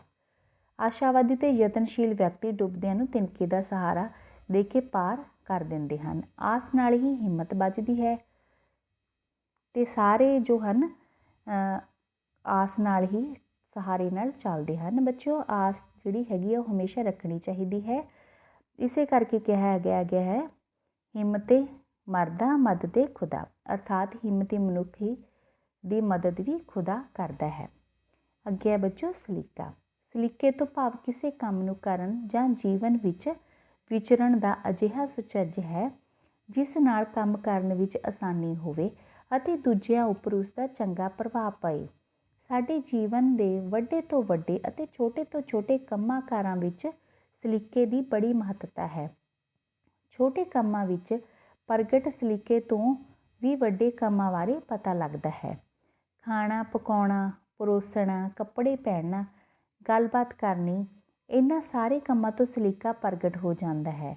ਪੁਰਾਣੇ ਜ਼ਮਾਨੇ ਵਿੱਚ ਕਿਹਾ ਜਾਂਦਾ ਸੀ ਕਿ ਆਦਮੀ ਆਪਣੀ ਦਸਤਾਰ ਜਾਂ ਪਗੜੀ, ਰਫਤਾਰ ਅਰਥਾਤ ਤੋਰ ਜਾਂ ਕੰਮ ਕਰਨ ਦੀ ਪ੍ਰਕਿਰਿਆ, ਗੁਫ਼ਤਾਰ ਭਾਵ ਬੋਲਚਾਲ ਤੋਂ ਪਛਾਣਿਆ ਜਾਂਦਾ ਸੀ। ਪਰ ਅੱਜ ਕੱਲ੍ਹ ਤਾਂ ਸਲੀਕਾ ਸਿਖਾਉਣ ਬਾਰੇ ਛੋਟੇ ਛੋਟੇ ਸਕੂਲ ਵੀ ਖੁੱਲ੍ਹ ਗਏ ਹਨ, ਜਿਵੇਂ ਜਿਵੇਂ ਜੀਵਨ ਗੁੰਝਲਦਾਰ ਹੋ ਰਿਹਾ ਹੈ ਤਿਵੇਂ ਤਿਵੇਂ ਸਲੀਕੇ ਦੀ ਲੋੜ ਹੋਰ ਵੱਧਦੀ ਜਾ ਰਹੀ ਹੈ। ਸਮਾਜ ਵਿੱਚ ਵਿਚਰਨ ਸਮੇਂ ਹਰ ਮਨੁੱਖ ਚਾਹੁੰਦਾ ਹੈ ਕਿ ਦੂਜੇ ਉਸ ਨੂੰ ਚੰਗਾ ਸਮਝਣ। ਜੇ ਕਿਸੇ ਦੇ ਮਨ ਵਿੱਚ ਅਜਿਹੀ ਇੱਛਾ ਹੈ ਤਾਂ ਉਹ ਹੇਠ ਲਿਖੇ ਸਲੀਕੇ ਨੂੰ ਅਪਣਾ ਲਵੇ। ਨਿੱਕੇ ਤੋਂ ਨਿੱਕੇ ਕੰਮ ਲਈ ਦੂਜਿਆਂ ਦਾ ਧੰਨਵਾਦ, ਨਿੱਕੀ ਤੋਂ ਨਿੱਕੀ ਭੁੱਲ ਲਈ ਖਿਮਾ, ਨਿੱਕੀ ਤੋਂ ਨਿੱਕੀ ਮਿਲਣੀ ਸਮੇਂ ਦੂਜਿਆਂ ਲਈ ਸ਼ੁਭ ਇੱਛਾਵਾਂ। ਬੱਚਿਓ ਅੱਗੇ ਹੈ ਮਨੋਰੰਜਨ। ਅੱਜ ਕੱਲ੍ਹ ਮਨੋਰੰਜਨ ਦਾ ਅਰਥ ਫਿਲਮਾਂ ਵੇਖਣਾ, ਨਾਚ ਗਾਣੇ ਸੁਣਨਾ ਆਦਿ ਤੋਂ ਲਿਆ ਜਾਂਦਾ ਹੈ, ਪਰ ਇਹ ਗੱਲ ਇੰਨੀ ਢੁਕਵੀਂ ਨਹੀਂ ਹੈ। ਜ਼ਰਾ ਝਾਤ ਮਾਰੀਏ ਕਿ ਮਨੁੱਖ ਮੁੱਢ ਤੋਂ ਆਪਣਾ ਮਨ ਪਰਚਾਵਾ ਕਿਵੇਂ ਕਰਦਾ ਰਿਹਾ ਹੈ ਅਤੇ ਅਜੋਕੇ ਸਮੇਂ ਵਿੱਚ ਵੱਖ-ਵੱਖ ਲੋਕਾਂ ਦੇ ਮਨ ਪਰਚਾਵੇ ਕਿਵੇਂ ਵੱਖ-ਵੱਖ ਹਨ, ਤਾਂ ਵੱਖਰੀ ਤਸਵੀਰ ਸਾਹਮਣੇ ਆਵੇਗੀ। ਸ਼ੁਗਲ ਤੇ ਸ਼ੌਕ ਮਨੋਰੰਜਨ ਦੇ ਮੁੱਖ ਸਾਧਨ ਰਹੇ ਹਨ। ਉਮਰ, ਆਰਥਿਕ ਦਰਜਾ, ਪੜ੍ਹਾਈ ਦਾ ਪੱਧਰ, ਸੱਭਿਆਚਾਰਕ ਪਿਛੋਕੜ, ਵਿਗਿਆਨਿਕ ਵਿਕਾਸ, ਵਿਹਲ ਆਦਿ ਪੱਖ ਕਿਸੇ ਮਨੁੱਖ ਦੇ ਮਨੋਰੰਜਨ ਦੀ ਕਿਸਮ ਨੂੰ ਨਿਸ਼ਚਿਤ ਕਰਦੇ ਹਨ। ਖਿਡਾਰੀ ਖੇਡ ਕੇ ਖੁਸ਼ ਹੁੰਦੇ ਹਨ। ਖੇਡ ਪ੍ਰੇਮੀ ਖੇਡਦਿਆਂ ਨੂੰ ਵੇਖ ਕੇ ਕਈ ਵਾਰ ਜੋ ਇੱਕ ਧਿਰ ਲਈ ਖੇਚਲ ਦਾ ਕੰਮ ਹੁੰਦਾ ਹੈ, ਦੂਜਿਆਂ ਲਈ ਮਨੋਰੰਜਨ ਦਾ। ਫਿਲਮੀ ਕਲਾਕਾਰਾਂ ਲਈ ਅਦਾਕਾਰੀ ਅਤੇ ਨਾਚ ਕੰਮ ਹੁੰਦੇ ਹਨ। ਦਰਸ਼ਕਾਂ ਲਈ ਇਹੋ ਕੁਝ ਵੇਖਣਾ ਮਨੋਰੰਜਨ ਹੁੰਦਾ ਹੈ। ਸੈਰ ਸਪਾਟਾ ਕਰਨ ਵਾਲੇ ਲਈ ਘੁੰਮਣਾ ਫਿਰਨਾ ਮਨੋਰੰਜਨ ਹੈ, ਪਰ ਉਸ ਦਾ ਭਾਰ ਚੁੱਕੇ ਜਾਂਦੇ ਕੁਲੀ ਲਈ ਇਹੋ ਔਖੀ ਵਾਟ ਹੈ। ਕਈ ਦੂਜਿਆਂ ਨੂੰ ਦੁੱਖ ਵਿੱਚ ਪਾ ਕੇ ਖੁਸ਼ ਹੁੰਦੇ ਹਨ। ਸਾਨਾਂ ਨੂੰ ਭਿੜਾਉਣ ਵਾਲੇ ਤੇ ਮੁਰਗੇ ਲੜਾਉਣ ਵਾਲੇ ਅਜਿਹੇ ਲੋਕ ਹੀ ਹਨ। ਕਸੀਦਾ ਕੱਢਦੀਆਂ ਤੇ ਤ੍ਰਿੰਝਣ ਕੱਤਦੀਆਂ ਕੁੜੀਆਂ ਆਪਣੇ ਕੰਮ ਵਿੱਚ ਹੀ ਮਨੋਰੰਜਨ ਲੱਭ ਲੈਂਦੀਆਂ ਹਨ। ਇਹੀ ਕਰਤਾਰੀ ਭਾਂਤ ਦਾ ਮਨੋਰੰਜਨ ਹੁੰਦਾ ਹੈ। ਅੱਗੇ ਹੈ ਬੱਚੋ ਸ਼ਹਿਰੀਆਂ ਲਈ ਸੈਰ। ਸ਼ਹਿਰਾਂ ਵਿੱਚ ਰਹਿਣ ਵਾਲਿਆਂ ਲਈ ਸੈਰ ਕਰਨਾ ਇੱਕ ਲੋੜ ਹੈ। ਇੱਥੇ ਬਹੁਤੇ ਕੰਮ ਧੰਦੇ ਬੈਠਣ ਵਾਲੇ ਜਾਂ ਇੱਕ ਨਿਸ਼ਚਿਤ ਥਾਂ 'ਤੇ ਖਲੋ ਕੇ ਕਰਨ ਵਾਲੇ ਹੁੰਦੇ ਹਨ। ਇਸ ਲਈ ਮਨ ਤੇ ਤਨ ਨੂੰ ਰਿਸ਼ਟ ਪੁਸ਼ਟ ਰੱਖਣ ਲਈ ਸੈਰ ਕਰਨ ਦੀ ਲੋੜ ਪੈਂਦੀ ਹੈ। ਬਾਗ ਬਗੀਚੇ, ਪਾਰਕਾਂ, ਮੈਦਾਨਾਂ ਆਦਿ ਜੋ ਵੀ ਕੋਈ ਮੋਕਲੀ, ਸਾਫ਼ ਤੇ ਸ਼ਾਂਤੀ ਵਾਲੀ ਥਾਂ ਹੋਵੇ, ਸੈਰ ਕਰਨ ਲਈ ਚੁਣ ਲਈ ਜਾਂਦੀ ਹੈ। ਆਪਣੀ ਰੁਚੀ ਤੇ ਵੇਲ ਅਨੁਸਾਰ ਕਈ ਸਵੇਰ ਸੈਰ ਕਰਦੇ ਹਨ। ਇਕੱਲਿਆਂ ਵੀ ਸੈਰ ਕੀਤੀ ਜਾਂਦੀ ਹੈ। ਮਨਭਾਉਂਦੇ ਸਾਥੀਆਂ ਦੀਆਂ ਨਿੱਕੀਆਂ ਨਿੱਕੀਆਂ ਟੋਲੀਆਂ ਦੇ ਰੂਪ ਵਿੱਚ ਵੀ ਸੈਰ ਕਰਨ ਵਾਲਿਆਂ ਲਈ ਤਾਂ ਸੈਰ ਸੁਖਦਾਈ ਹੁੰਦੀ ਹੈ। ਵੇਖਣ ਵਾਲਿਆਂ ਲਈ ਵੀ ਸੈਰ ਕਰਦਿਆਂ ਦਾ ਦ੍ਰਿਸ਼ ਮਨਮੋਹਕ ਹੁੰਦਾ ਹੈ। ਆਖਰ ਕੋਈ ਤਾਂ ਸਮਾਂ ਹੁੰਦਾ ਹੈ ਜਦੋਂ ਬੰਦਾ ਝਮੇਲਿਆਂ ਦੀ ਦੁਨੀਆ ਵਿੱਚੋਂ ਨਿਕਲ ਕੇ ਪੰਛੀਆਂ, ਫੁੱਲਾਂ, ਫਲਾਂ ਤੇ ਪਲ ਪਲ ਬਦਲਦੇ ਪ੍ਰਕਿਰਤਿਕ ਨਜ਼ਾਰਿਆਂ ਦੀ ਨੇੜਤਾ ਨੂੰ ਮਾਣਦਾ ਹੈ। ਪੇਂਡੂ ਤਾਂ ਰਹਿੰਦੇ ਹੀ ਪ੍ਰਕਿਰਤੀ ਦੀ ਗੋਦ ਵਿੱਚ ਹਨ। ਸ਼ਹਿਰੀਆਂ ਨੂੰ ਸੈਰ ਰਾਹੀਂ ਨੱਠ ਭੱਜ ਦੀ ਜ਼ਿੰਦਗੀ ਵਿੱਚੋਂ ਕੁਝ ਘੜੀਆਂ ਲਈ ਬਾਹਰ ਨਿਕਲਣ ਅਤੇ ਪ੍ਰਕਿਰਤੀ ਨਾਲ ਜੁੜ ਕੇ ਤਰੋ ਤਾਜ਼ਾ ਹੋਣ ਦਾ ਮੌਕਾ ਮਿਲ ਜਾਂਦਾ ਹੈ। ਅੱਗੇ ਹੈ ਬੱਚੋ ਆਜ਼ਾਦੀ। ਸੰਸਾਰ ਵਿੱਚ ਮਨੁੱਖ ਤਾਂ ਕੀ, ਸਗੋਂ ਪਸ਼ੂ ਪੰਛੀ ਤੇ ਕੀੜੇ ਮਕੌੜਿਆਂ ਨੂੰ ਵੀ ਆਜ਼ਾਦੀ ਪਸੰਦ ਹੁੰਦੀ ਹੈ ਜਾਂ ਆਜ਼ਾਦੀ ਨੂੰ ਪਸੰਦ ਕਰਦੇ ਹਨ। ਜ਼ਰਾ ਕਿਸੇ ਪੰਛੀ ਨੂੰ ਪਿੰਜਰੇ ਵਿੱਚ ਪਾ ਕੇ ਦੇਖੋ ਜਾਂ ਕੀੜੇ ਮਕੌੜੇ ਨੂੰ ਹੱਥ ਵਿੱਚ ਫੜ ਕੇ ਦੇਖੋ, ਉਹ ਕਿਸ ਤਰ੍ਹਾਂ ਆਜ਼ਾਦ ਹੋਣ ਲਈ ਤੜਫਦਾ ਹੈ। ਆਜ਼ਾਦੀ ਦੀ ਅਸਲ ਮਹਾਨਤਾ ਉਦੋਂ ਹੀ ਪਤਾ ਲੱਗਦੀ ਹੈ ਜਦੋਂ ਕਿਸੇ ਪ੍ਰਕਾਰ ਦੀ ਗੁਲਾਮੀ ਵਿੱਚ ਰਹਿਣ ਦਾ ਦੁੱਖ ਸਹਿਣਾ ਪਵੇ। ਗੁਲਾਮੀ ਦੇ ਜੀਵਨ ਨੂੰ ਤਾਂ ਕੋਈ ਵੀ ਪਸੰਦ ਨਹੀਂ ਕਰਦਾ। ਇਸੇ ਕਰਕੇ ਸ਼ੇਖ ਫਰੀਦੀ ਫਰਮਾਉਂਦੇ ਹਨ ਕਿ ਗੁਲਾਮੀ ਦੇ ਜੀਵਨ ਨਾਲੋਂ ਤਾਂ ਮੌਤ ਚੰਗੀ ਸਮਝੀ ਗਈ ਹੈ।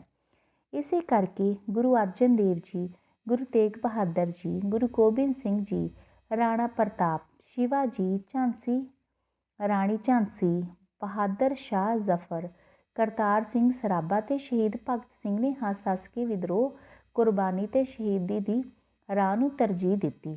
ਗੁਲਾਮ ਦਾ ਜੀਵਨ ਪਾਲਤੂ ਪਸ਼ੂ ਦੇ ਸਮਾਨ ਹੁੰਦਾ ਹੈ ਜੋ ਇੱਕ ਕਿੱਲੇ ਨਾਲ ਬੱਝਾ ਰਹਿੰਦਾ ਹੈ ਜਾਂ ਉਸਦੇ ਗਲ ਵਿੱਚ ਪਟਾ ਪਾਇਆ ਰਹਿੰਦਾ ਹੈ ਅਤੇ ਉਸ ਨੂੰ ਮਾਲਕ ਦੇ ਹੁਕਮ ਅਤੇ ਮਰਜ਼ੀ ਦੇ ਅਧੀਨ ਰਹਿਣਾ ਪੈਂਦਾ ਹੈ। ਅਣਖ ਵਾਲਾ ਬੰਦਾ ਕਦੇ ਵੀ ਅਜਿਹੇ ਜੀਵਨ ਨੂੰ ਪਸੰਦ ਨਹੀਂ ਕਰਦਾ, ਸਗੋਂ ਉਹ ਆਜ਼ਾਦੀ ਦੇ ਲਈ ਜਾਂ ਆਜ਼ਾਦੀ ਦੀ ਪ੍ਰਾਪਤੀ ਲਈ ਸੰਘਰਸ਼ ਵਿੱਚ ਜੂਝਦਾ ਹੈ, ਸੰਘਰਸ਼ ਕਰਦਾ ਹੈ ਤੇ ਜੂਝਦਾ ਹੈ। ਆਜ਼ਾਦੀ ਵਿੱਚ ਸਾਹ ਲਏ ਬਿਨਾਂ ਉਸਨੂੰ ਚੈਨ ਨਹੀਂ ਆਉਂਦਾ। ਕਈ ਵਾਰੀ ਉਸਨੂੰ ਸਾਮਰਾਜੀ ਗੁਲਾਮੀ ਤੋਂ ਤਾਂ ਆਜ਼ਾਦੀ ਮਿਲ ਜਾਂਦੀ ਹੈ, ਪਰ ਸਰਮਾਏਦਾਰੀ ਜਗੀਰਦਾਰੀ ਪ੍ਰਬੰਧ ਵਿੱਚ ਗੁਲਾਮੀ ਦਾ ਸ਼ਿਕਾਰ ਹੋਣਾ ਪੈਂਦਾ ਹੈ। ਇਸ ਸਥਿਤੀ ਵਿੱਚ ਉਹ ਅਨੁਭਵ ਕਰਦਾ ਹੈ ਕਿ ਆਰਥਿਕ ਆਜ਼ਾਦੀ ਤੋਂ ਬਿਨਾਂ ਹੋਰ ਕਿਸੇ ਆਜ਼ਾਦੀ ਦਾ ਬਹੁਤਾ ਅਰਥ ਨਹੀਂ। ਮਨੁੱਖ ਧਾਰਮਿਕ, ਸਮਾਜਿਕ ਤੇ ਰਾਜਸੀ ਆਜ਼ਾਦੀ ਦਾ ਵੀ ਸੁੱਖ ਮਾਣ ਸਕਦਾ ਹੈ ਜੇਕਰ ਉਸਨੂੰ ਦੇਸ਼ ਦੇ ਪੈਦਾਵਾਰੀ ਸਾਧਨਾਂ ਦਾ ਲਾਭ ਉਠਾਉਣ ਲਈ ਦੂਜਿਆਂ ਦੇ ਬਰਾਬਰ ਮੌਕੇ ਪ੍ਰਾਪਤ ਹੋਣ। ਇਸ ਸਥਿਤੀ ਵਿੱਚ ਉਸਨੂੰ ਆਪਣੇ ਸਾਥੀਆਂ ਨਾਲ ਮਿਲ ਕੇ ਸਰਮਾਏਦਾਰਾਂ ਤੇ ਜਗੀਰਦਾਰਾਂ ਦੀ ਅਜਾਰੇਦਾਰੀ ਵਿਰੁੱਧ ਘੋਲ ਕਰਨਾ ਪੈਂਦਾ ਹੈ ਤੇ ਪੁਲਿਸ ਦੀਆਂ ਮਾਰਾਂ ਅਤੇ ਜੇਲ੍ਹਾਂ ਦੇ ਦੁੱਖ ਸਹਿਣੇ ਪੈਂਦੇ ਹਨ। ਪਰ ਉਹ ਇਹ ਸਭ ਕੁਝ ਖਿੜੇ ਮੱਥੇ ਸਹਾਰਦਾ ਹੈ ਤੇ ਆਪਣਾ ਨਿਸ਼ਾਨਾ ਪੂਰਾ ਕਰਕੇ ਹੀ ਸਾਹ ਲੈਂਦਾ ਹੈ।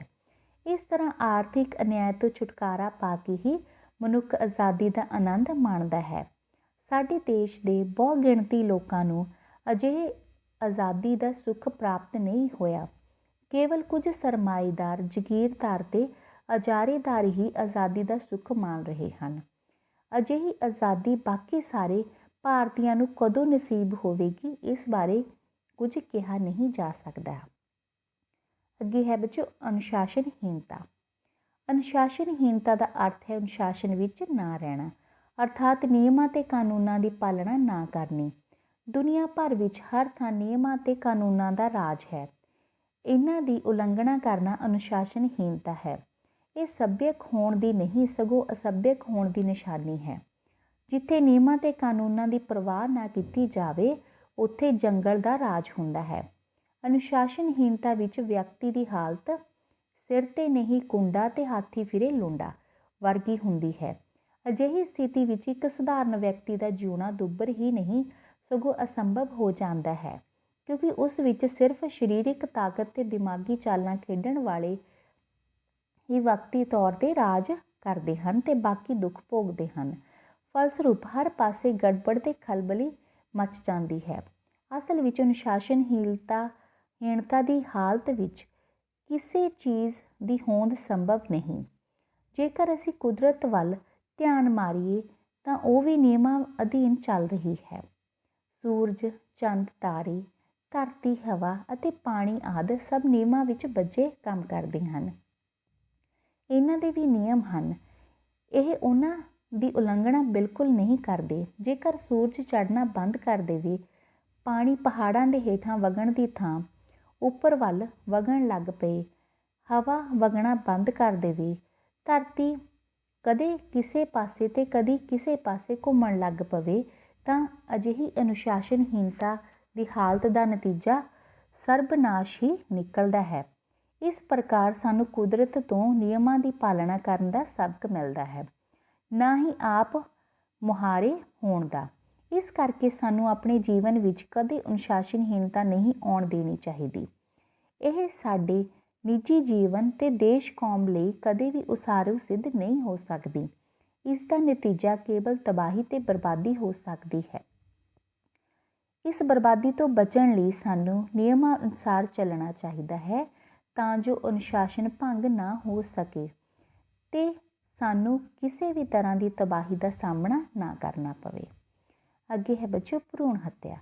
ਅਹਿੰਸਾ ਤੇ ਸ਼ਾਂਤੀ ਦੇ ਅਲੰਬਰਦਾਰ ਮੁਲਕ ਭਾਰਤ ਵਿੱਚ ਭਰੂਣ ਹੱਤਿਆ ਇੱਕ ਬੇਹੱਦ ਅਮਾਨਵੀ ਤੇ ਘਿਨਾਉਣਾ ਕਰਮ ਹੈ। ਜਿਸ ਤਰ੍ਹਾਂ ਸਾਡੇ ਦੇਸ਼ ਵਿੱਚੋਂ ਸਤੀ ਦੀ ਰਸਮ, ਬਾਲ ਵਿਆਹ ਤੇ ਸ਼ਿਸ਼ੂ ਹੱਤਿਆ ਦਾ ਅੰਤ ਕੀਤਾ ਗਿਆ ਹੈ ਜਾਂ ਕਰਨ ਲਈ ਉਪਰਾਲੇ ਕੀਤੇ ਗਏ ਹਨ, ਇਸੇ ਤਰ੍ਹਾਂ ਭਰੂਣ ਹੱਤਿਆ ਵਿਰੁੱਧ ਵੀ ਆਵਾਜ਼ ਬੁਲੰਦ ਕਰਕੇ ਇਹਨਾਂ ਨੂੰ ਖਤਮ ਕਰਨਾ ਚਾਹੀਦਾ ਹੈ। ਅਸਲ ਵਿੱਚ ਸਤੀ, ਬਾਲ ਵਿਆਹ, ਸ਼ਿਸ਼ੂ ਹੱਤਿਆ ਤੇ ਭਰੂਣ ਹੱਤਿਆ ਔਰਤ ਪ੍ਰਤੀ ਸਮਾਜ ਵਿੱਚ ਇੱਕੋ ਸੋਚ ਦੀ ਉਪਜ ਹਨ। ਇਹ ਸਮਾਜ ਵੱਲੋਂ ਔਰਤ ਪ੍ਰਤੀ ਜ਼ਿੰਮੇਵਾਰੀ ਤੋਂ ਛੁਟਕਾਰੇ ਲਈ ਅਪਣਾਇਆ ਸੌਖਾ ਰਾਹ ਹੈ। ਭਰੂਣ ਜੋ 8 ਹਫ਼ਤਿਆਂ ਮਗਰੋਂ ਬਣਦਾ ਹੈ, ਵਿੱਚ ਮਾਨਵੀ ਵਜੂਦ ਦੇ ਸਾਰੇ ਅੰਗ ਤੇ ਪ੍ਰਣਾਲੀਆਂ ਬਣ ਚੁੱਕੀਆਂ ਹੁੰਦੀਆਂ ਹਨ ਤੇ ਉਸ ਨੂੰ ਇੱਕ ਮੁਕੰਮਲ ਮਾਨਵੀ ਵਜੂਦ ਮੰਨਿਆ ਜਾ ਸਕਦਾ ਹੈ। ਇਸੇ ਕਰਕੇ ਉਸ ਦੀ ਹੱਤਿਆ ਸ਼ਿਸ਼ੂ ਹੱਤਿਆ ਦੇ ਸਮਾਨ ਹੀ ਅਪਰਾਧ ਹੈ। ਘਰ ਵਿੱਚ ਔਰਤ ਪ੍ਰਤੀ ਨੀਵੀਂ ਸੋਚ ਰੱਖਣ ਵਾਲੇ ਮਨੁੱਖ ਤੇ ਲੋਭੀ ਪ੍ਰਕਿਰਤੀ ਵਾਲੇ ਚਿਕਿਤਸਕਾਂ ਤੇ ਵਿਸ਼ੇਸ਼ਕਾਂ ਨੇ ਕਾਨੂੰਨ ਦੀ ਢਿੱਲ ਦਾ ਨਜਾਇਜ਼ ਫਾਇਦਾ ਉਠਾਇਆ ਹੈ। ਗਿਆਨ ਵਿਗਿਆਨ ਵੱਲੋਂ ਮਨੁੱਖ ਦੀ ਬਿਹਤਰੀ ਲਈ ਪ੍ਰਦਾਨ ਕੀਤੀ ਅਲਟਰਾਸਾਊਂਡ ਸਕੈਨ ਦੀ ਦੁਰਵਰਤੋਂ ਕਰਨੀ ਸ਼ੁਰੂ ਕਰ ਦਿੱਤੀ ਹੈ ਅਤੇ ਕੁੜੀਆਂ ਨੂੰ ਜਨਮ ਤੋਂ ਪਹਿਲਾਂ ਮਾਂ ਦੇ ਪੇਟ ਵਿੱਚ ਹੀ ਮਾਰਨਾ ਸ਼ੁਰੂ ਕਰ ਦਿੱਤਾ, ਜਿਸ ਨਾਲ ਚਿੰਤਾਜਨਕ ਅਸੰਤੁਲਨ ਪੈਦਾ ਹੋ ਗਿਆ ਹੈ। ਜਿਸ ਅਨੁਸਾਰ ਦੇਸ਼ ਵਿੱਚ ਜਿੱਥੇ 1991 ਵਿੱਚ 1000 ਮਰਦਾਂ ਪਿੱਛੇ 945 ਔਰਤਾਂ ਸਨ, ਉੱਥੇ 2001 ਵਿੱਚ ਇਹ ਗਿਣਤੀ ਕੇਵਲ 927 ਰਹਿ ਗਈ ਹੈ। ਪੰਜਾਬ ਵਿੱਚ ਇਹ ਗਿਣਤੀ ਕੇਵਲ 793 ਹੈ, ਪਰ 2011 ਦੀ ਜਨਗਣਨਾ ਅਨੁਸਾਰ 1000 ਮੁੰਡਿਆਂ ਪਿੱਛੇ ਕੁੜੀਆਂ ਦੀ ਗਿਣਤੀ 940 ਹੋ ਗਈ ਹੈ। ਇੱਕ ਸਮਾਜਿਕ ਜਥੇਬੰਦੀ ਦੀ ਬੇਨਤੀ ਉੱਤੇ ਸੁਪਰੀਮ ਕੋਰਟ ਹਰਕਤ ਵਿੱਚ ਆਈ ਹੈ ਅਤੇ ਉਸਨੇ ਵਸੋਂ ਦੇ ਵਿਗਾੜ ਵਾਲੇ 11 ਪ੍ਰਾਂਤਾਂ ਦੇ ਸਿਹਤ ਸਕੱਤਰਾਂ ਨੂੰ ਬੁਲਾ ਕੇ 1994 ਦੇ ਐਕਟ ਨੂੰ ਲਾਗੂ ਕਰਨ ਲਈ ਕੀਤੀ ਕਾਰਵਾਈ ਨੂੰ ਬਿਆਨ ਕਰਨ ਲਈ ਕਿਹਾ ਅਤੇ ਕੁਝ ਹੋਰ ਕਦਮ ਵੀ ਚੁੱਕੇ। ਇਸ ਪਿੱਛੋਂ ਸਰਕਾਰ ਹਰਕਤ ਵਿੱਚ ਆਈ ਅਤੇ ਉਸਨੇ ਭਰੂਣ ਹੱਤਿਆ ਨੂੰ ਰੋਕਣ ਲਈ ਕੁਝ ਸਖਤ ਕਦਮ ਚੁੱਕੇ ਹਨ, ਪਰ ਉਹ ਅਜੇ ਤੱਕ ਅਸਰਦਾਰ ਸਾਬਤ ਨਹੀਂ ਹੋਏ। ਇਸ ਪ੍ਰਤੀ ਸਮਾਜ ਦਾ ਜਾਗਰਿਤ ਹੋਣਾ ਬਹੁਤ ਜ਼ਰੂਰੀ ਹੈ। ਸਾਨੂੰ ਭਰੂਣ ਹੱਤਿਆ ਨੂੰ ਰੋਕਣ ਲਈ ਜੀਵ ਵਿਗਿਆਨੀਆਂ ਦੇ ਇਸ ਸਿਧਾਂਤ ਨੂੰ ਲੋਕਾਂ ਤੱਕ ਪਹੁੰਚਾਉਣਾ ਹੈ ਕਿ ਮੁੰਡਾ ਅਤੇ ਕੁੜੀ ਦੋਵੇਂ ਇੱਕੋ ਹੀ ਵੰਸ਼ਗਤ ਗੁਣਾਂ ਦੇ ਧਾਰਨੀ ਹੁੰਦੇ ਹਨ ਅਤੇ ਦੋਹਾਂ ਨਾਲ ਕੁਲੀਆ ਵੰਸ਼ ਅੱਗੇ ਚੱਲਦੀ ਹੈ। ਅਜਿਹਾ ਨਾ ਕਰਨ ਦੀ ਸੂਰਤ ਵਿੱਚ ਸਮਾਜ ਵਿੱਚ ਔਰਤਾਂ ਦੀ ਗਿਣਤੀ ਮਰਦਾਂ ਦੇ ਮੁਕਾਬਲੇ ਘਟਦੀ ਜਾਵੇਗੀ। ਫਲਸਰੂਪ ਨਾ ਕੇਵਲ ਔਰਤਾਂ ਪ੍ਰਤੀ ਅਪਰਾਧਾਂ ਵਿੱਚ ਵਾਧਾ ਹੋਵੇਗਾ, ਸਗੋਂ ਸਮਾਜ ਦੀਆਂ ਨੈਤਿਕ ਕਦਰਾਂ ਕੀਮਤਾਂ ਨੂੰ ਵੀ ਖੋਰਾ ਲੱਗੇਗਾ। ਇਸ ਸੰਬੰਧੀ ਸਰਕਾਰ ਨੂੰ ਚਾਹੀਦਾ ਹੈ ਕਿ ਉਹ ਇਸ ਕਾਨੂੰਨ ਨੂੰ ਸਖਤੀ ਨਾਲ ਲਾਗੂ ਕਰੇ ਅਤੇ ਸਮਾਜ ਵਿੱਚ ਮੁੰਡਾ ਪ੍ਰਾਪਤੀ ਦੀ ਇੱਛਾ ਨੂੰ ਘਟਾਉਣ ਸੰਬੰਧੀ ਲੋਕਾਂ ਨੂੰ ਇਸ ਪ੍ਰਤੀ ਜਾਗਰਿਤ ਕਰਨ ਦੇ ਨਾਲ ਨਾਲ ਉਹਨਾਂ ਦੇ ਬੁਢਾਪੇ ਨੂੰ ਵੀ ਸੁਰੱਖਿਅਤ ਬਣਾਏ।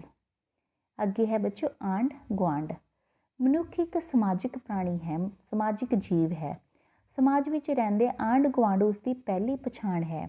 ਘਰ ਦੇ ਦਰਵਾਜ਼ੇ ਤੋਂ ਬਾਹਰ ਨਿਕਲਦਿਆਂ ਸੱਜੇ ਖੱਬੇ ਵਾਸਤੇ ਆਂਢੀ ਗੁਆਂਢੀ ਸਾਡੀ ਸੱਜੀ ਖੱਬੀ ਬਾਂਹ ਹੁੰਦੇ ਹਨ। ਸਾਡੇ ਘਰ ਵਿੱਚੋਂ ਖੁਸ਼ੀ ਗਮੀ ਦੀ ਬਾਹਰ ਨਿਕਲਣ ਵਾਲੀ ਪਹਿਲੀ ਕਨਸੋ ਨੂੰ ਸੁਣਨ ਵਾਲੇ ਸਾਡੇ ਆਂਢੀ ਗੁਆਂਢੀ ਹੁੰਦੇ ਹਨ। ਹਮਸਾਏ ਮਾਂ ਪਿਓ ਜਾਏ ਹੁੰਦੇ ਹਨ।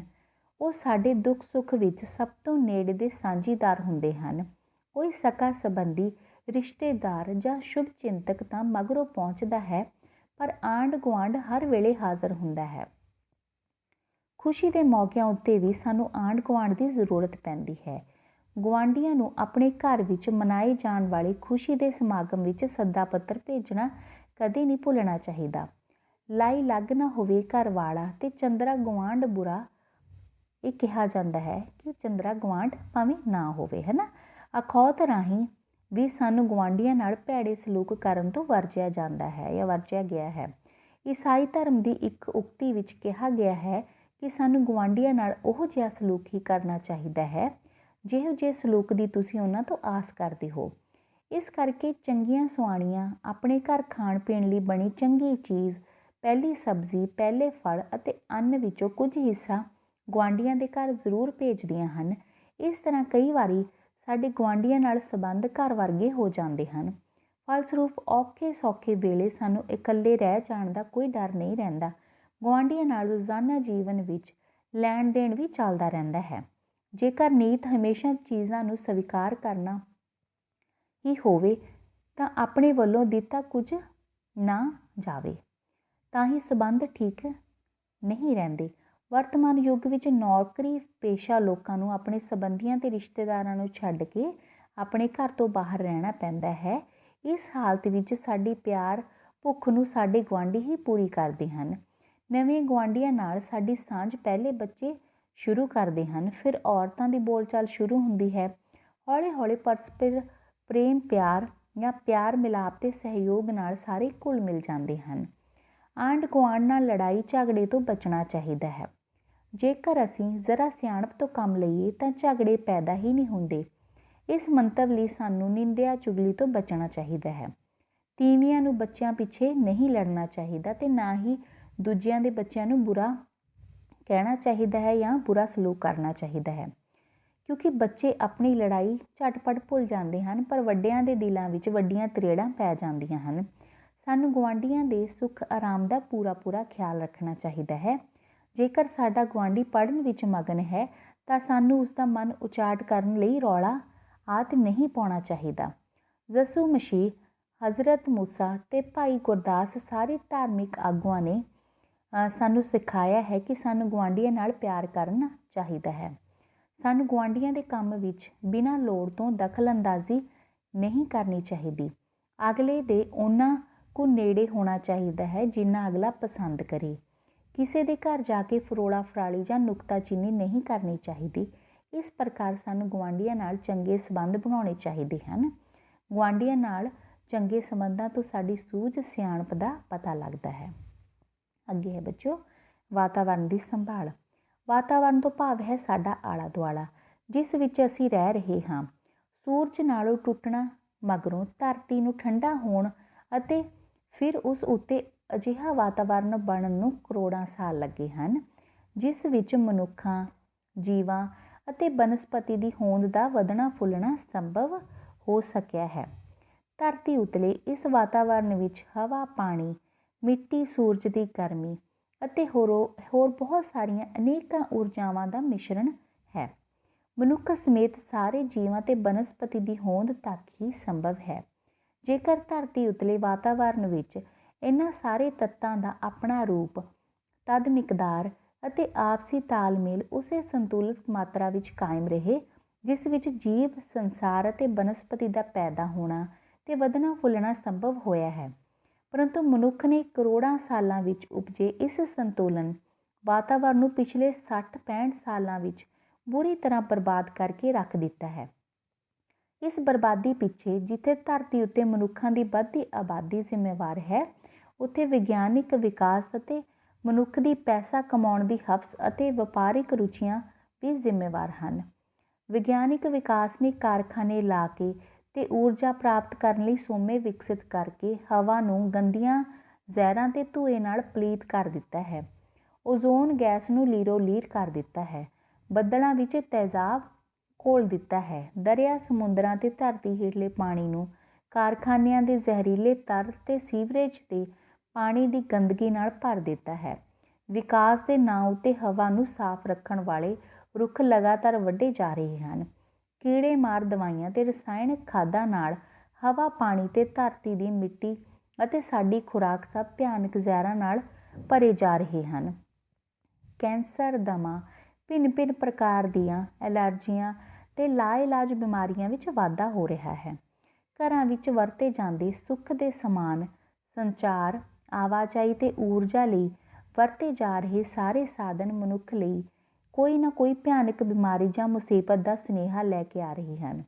ਅਜਿਹੀ ਸਥਿਤੀ ਵਿੱਚ ਵਾਤਾਵਰਨ ਦੀ ਸੰਭਾਲ ਲਈ ਕਦਮ ਪੁੱਟਣੇ ਬਹੁਤ ਜ਼ਰੂਰੀ ਹਨ, ਨਹੀਂ ਤਾਂ ਧਰਤੀ ਉੱਤੋਂ ਮਨੁੱਖਾਂ ਸਮੇਤ ਜੀਵ ਜਗਤ ਦਾ ਵਿਨਾਸ਼ ਹੋ ਜਾਵੇਗਾ। ਰਸਾਇਣਿਕ ਖਾਦਾਂ ਅਤੇ ਕੀੜੇ ਮਾਰ ਦਵਾਈਆਂ ਦੀ ਥਾਂ ਆਰਗੈਨਿਕ ਖਾਦਾਂ ਅਤੇ ਕੀਟਨਾਸ਼ਕਾਂ ਦੀ ਵਰਤੋਂ ਕਰਨੀ ਚਾਹੀਦੀ ਹੈ। ਬਿਜਲੀ, ਚੁੰਬਕੀ ਪ੍ਰਦੂਸ਼ਣ ਪੈਦਾ ਕਰਨ ਵਾਲੇ ਸੰਚਾਰ ਸਾਧਨਾਂ ਦੀ ਵਰਤੋਂ ਵੀ ਸੀਮਿਤ ਕਰਨੀ ਚਾਹੀਦੀ ਹੈ ਜਾਂ ਕਰਨ ਦੀ ਲੋੜ ਹੈ। ਸਭ ਤੋਂ ਵੱਡੀ ਗੱਲ ਹੈ ਕਿ ਮਨੁੱਖ ਦੇ ਲਾਲਚ ਅਤੇ ਸ਼ੋਸ਼ਕ ਰੁਚੀ ਨੂੰ ਠੱਲ ਪਾਉਣ ਦੀ ਲੋੜ ਹੈ ਜਾਂ ਠੱਲ ਪਾਉਣਾ ਚਾਹੀਦਾ ਹੈ। ਜੇਕਰ ਨੇੜੇ ਦੇ ਭਵਿੱਖ ਵਿੱਚ ਅਜਿਹਾ ਨਾ ਕੀਤਾ ਗਿਆ ਤਾਂ ਮਨੁੱਖਾਂ ਸਮੇਤ ਧਰਤੀ ਉਤਲੇ ਜੀਵਨ ਦਾ ਖਾਤਮਾ ਹੋ ਸਕਦਾ ਹੈ। ਅੱਗੇ ਹੈ ਬੱਚਿਓ ਸਾਈਬਰ ਅਪਰਾਧ। ਜਿਸ ਜੁਰਮ ਵਿੱਚ ਕੰਪਿਊਟਰ ਜਾਂ ਮੋਬਾਈਲ ਸ਼ਾਮਿਲ ਹੋਵੇ ਉਸ ਨੂੰ ਸਾਈਬਰ ਕ੍ਰਾਈਮ ਆਖਿਆ ਜਾਂਦਾ ਹੈ। ਆਧੁਨਿਕ ਸਮੇਂ ਵਿੱਚ ਸੂਚਨਾ ਤਕਨਾਲੋਜੀ ਦੇ ਸਾਧਨਾਂ ਨੇ ਜਿੱਥੇ ਜੀਵਨ ਵਿੱਚ ਨਵੀਂ ਕ੍ਰਾਂਤੀ ਲਿਆਂਦੀ ਹੈ, ਉੱਥੇ ਇਹਨਾਂ ਸਾਧਨਾਂ ਦੀ ਦੁਰਵਰਤੋਂ ਉਪਯੋਗ ਵੀ ਵੱਡੇ ਪੱਧਰ 'ਤੇ ਹੋ ਰਿਹਾ ਹੈ। ਅੱਜ ਕੱਲ੍ਹ ਸ਼ਰਾਰਤੀ ਅਨਸਰਾਂ ਦੁਆਰਾ ਗਿਣੀ ਮਿਥੀ ਸਾਜ਼ਿਸ਼ ਤਹਿਤ ਕੰਪਿਊਟਰ ਅਤੇ ਮੋਬਾਈਲ ਰਾਹੀਂ ਅਸ਼ਲੀਲ ਅਤੇ ਭੜਕਾਊ ਸ਼ਬਦਾਵਲੀ, ਤਸਵੀਰਾਂ ਅਤੇ ਵੀਡੀਓ ਭੇਜ ਕੇ ਸਮਾਜਿਕ ਮਾਹੌਲ ਨੂੰ ਪ੍ਰਦੂਸ਼ਿਤ ਕੀਤਾ ਜਾ ਰਿਹਾ ਹੈ। ਇੱਥੇ ਹੀ ਬਸ ਨਹੀਂ, ਸਾਈਬਰ ਅਪਰਾਧ ਤਹਿਤ ਕਿਸੇ ਦੇ ਈਮੇਲ ਖਾਤੇ ਨੂੰ ਹਾਈਜੈਕ ਕਰਨਾ, ਵਾਇਰਸ ਭੇਜਣਾ, ਕਾਪੀਰਾਈਟ ਦੀ ਉਲੰਘਣਾ ਕਰਨਾ, ਸੇਵਾਵਾਂ 'ਚ ਵਿਘਨ ਪਾਉਣਾ, ਬੈਂਕ ਖਾਤਿਆਂ ਨਾਲ ਛੇੜਛਾੜ ਕਰਨ ਦੀਆਂ ਘਟਨਾਵਾਂ ਸਾਹਮਣੇ ਆ ਰਹੀਆਂ ਹਨ।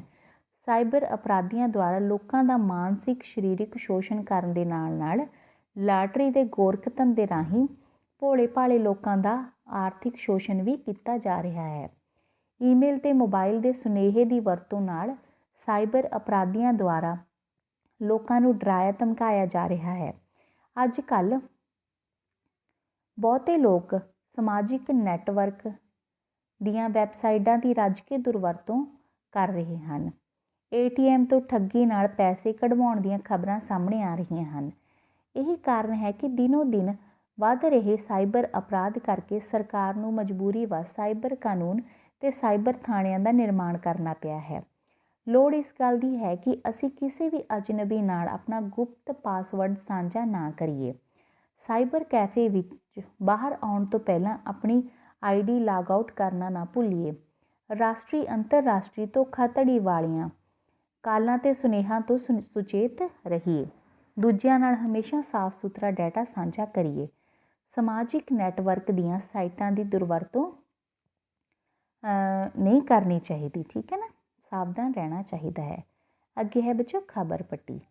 ਆਧੁਨਿਕ ਸਮੇਂ ਟੈਲੀਵਿਜ਼ਨ ਮਨੋਰੰਜਨ ਤੇ ਗਿਆਨ ਦੇ ਨਾਲ ਸੂਚਨਾਵਾਂ ਪ੍ਰਦਾਨ ਕਰਨ ਦਾ ਬਹੁਤ ਵੱਡਾ ਸੋਮਾ ਹੈ। TV ਸਕਰੀਨ ਦੇ ਬਿਲਕੁਲ ਹੇਠ ਲਿਖਤ ਰੂਪ ਵਿੱਚ ਸੱਜੇ ਤੋਂ ਖੱਬੇ ਵੱਲ ਚੱਲਣ ਵਾਲੀ ਸ਼ਬਦਾਂ ਦੀ ਕਤਾਰ ਨੂੰ ਖਬਰ ਪੱਟੀ ਕਿਹਾ ਜਾਂਦਾ ਹੈ। ਖਬਰ ਪੱਟੀ ਦਾ ਸੰਬੰਧ ਰੋਜ਼ ਦੀਆਂ ਪ੍ਰਮੁੱਖ ਖਬਰਾਂ ਨਾਲ ਹੁੰਦਾ ਹੈ। ਖਬਰ ਪੱਟੀ ਦੇ ਜ਼ਰੀਏ ਕੁਝ ਮਿੰਟਾਂ ਵਿੱਚ ਹੀ ਪ੍ਰਮੁੱਖ ਖਬਰਾਂ ਦੀ ਜਾਣਕਾਰੀ ਦਰਸ਼ਕ ਹਾਸਲ ਕਰ ਲੈਂਦੇ ਹਨ। ਇਸ ਵਿੱਚ ਸੰਖੇਪਤਾ, ਸਰਲਤਾ, ਸਪਸ਼ਟਤਾ ਦੇ ਨਾਲ ਭਾਸ਼ਾ ਦੀ ਸ਼ੁੱਧਤਾ ਹੋਣੀ ਅਤ ਜ਼ਰੂਰੀ ਹੈ। ਕਈ ਚੈਨਲਾਂ ਵੱਲੋਂ ਖਬਰ ਪੱਟੀ ਦੇ ਜ਼ਰੀਏ ਅੰਤਰਰਾਸ਼ਟਰੀ, ਰਾਸ਼ਟਰੀ ਤੇ ਰਾਜ ਦੇ ਸਿਰਲੇਖ ਤਹਿਤ ਖਬਰਾਂ ਸ਼ਬਦ ਰੂਪ ਵਿੱਚ ਪ੍ਰਸਤੁਤ ਕੀਤੀਆਂ ਜਾਂਦੀਆਂ ਹਨ। ਸਮੇਂ ਦੀ ਘਾਟ ਕਰਕੇ ਇਹ ਘੱਟ ਸਮੇਂ ਵਿੱਚ ਵੱਧ ਸੂਚਨਾਵਾਂ ਇਕੱਠੀਆਂ ਕਰਦਾ ਹੈ। ਕਈ ਵਾਰ ਅਸੀਂ ਖਬਰ ਪੱਟੀ 'ਤੇ ਕੋਈ ਖਾਸ ਇਸ਼ਤਿਹਾਰਬਾਜ਼ੀ ਵੀ ਦੇਖਦੇ ਹਾਂ। ਚੈਨਲਾਂ ਵੱਲੋਂ ਖਬਰ ਪੱਟੀ ਦੇ ਅੱਖਰ ਤੇ ਰੰਗਾਂ ਦਾ ਵੱਖੋ ਵੱਖਰਾ ਪ੍ਰਯੋਗ ਹੁੰਦਾ ਹੈ। ਖਬਰ ਪੱਟੀ ਦੇ ਚੱਲਣ ਦੀ ਗਤੀ ਇੰਨੀ ਕੁ ਹੁੰਦੀ ਹੈ ਕਿ ਦਰਸ਼ਕ ਆਸਾਨੀ ਨਾਲ ਦਿੱਤੀ ਗਈ ਸੂਚਨਾ ਨੂੰ ਪੜ੍ਹ ਸਕੇ। ਕਈ ਚੈਨਲਾਂ 'ਤੇ ਇਸ਼ਤਿਹਾਰਬਾਜ਼ੀ ਦੌਰਾਨ ਬੰਦ ਹੋ ਜਾਂਦੀ ਹੈ, ਪਰ ਕਈ ਖਬਰ ਚੈਨਲ ਲਗਾਤਾਰ ਇਹ ਚਲਾਉਂਦੇ ਹਨ। ਹਮੇਸ਼ਾ ਮਹੱਤਵਪੂਰਨ ਖਬਰਾਂ ਨੂੰ ਖਬਰ ਪੱਟੀ 'ਚ ਸ਼ਾਮਲ ਕਰਨਾ ਚਾਹੀਦਾ ਹੈ। ਜੇਕਰ ਵਾਕ ਬਣਤਰ ਜਿਹੜੇ ਵਿਆਕਰਨਿਕ ਨਿਯਮਾਂ ਦਾ ਧਿਆਨ ਰੱਖਿਆ ਜਾਣਾ ਚਾਹੀਦਾ ਹੈ, ਤਾਂ ਖਬਰ ਪੱਟੀ ਹੋਰ ਵੀ ਆਕਰਸ਼ਣ ਭਰਪੂਰ ਹੋਵੇਗੀ। ਸੋ ਬੱਚਿਓ, ਇਹ ਸਨ ਆਪਣੇ ਪੈਰਾ ਰਚਨਾ ਤੇ ਅਭਿਆਸ ਲਈ ਵੀ ਪੈਰਾ ਰਚਨਾ ਆਪਾਂ ਨੂੰ ਦਿੱਤੇ ਗਏ ਨੇ ਤੇ ਆਪਾਂ ਇਸ ਤਰ੍ਹਾਂ ਇੱਕ ਪੈਰਾ ਬਣਾ ਕੇ ਲਿਖਣਾ, ਠੀਕ ਹੈ ਨਾ। ਤੁਹਾਡੀ ਸਕਰੀਨ ਦੇ ਉੱਪਰ ਹਨ, ਸੋ ਤੁਸੀਂ ਇਹ ਵੀ ਲਿਖ ਸਕਦੇ ਹੋ, ਠੀਕ ਹੈ ਬੱਚਿਓ। ਸੁਣਨ ਅਤੇ ਸਮਝਣ ਲਈ ਤੁਹਾਡਾ ਬਹੁਤ ਬਹੁਤ ਧੰਨਵਾਦ।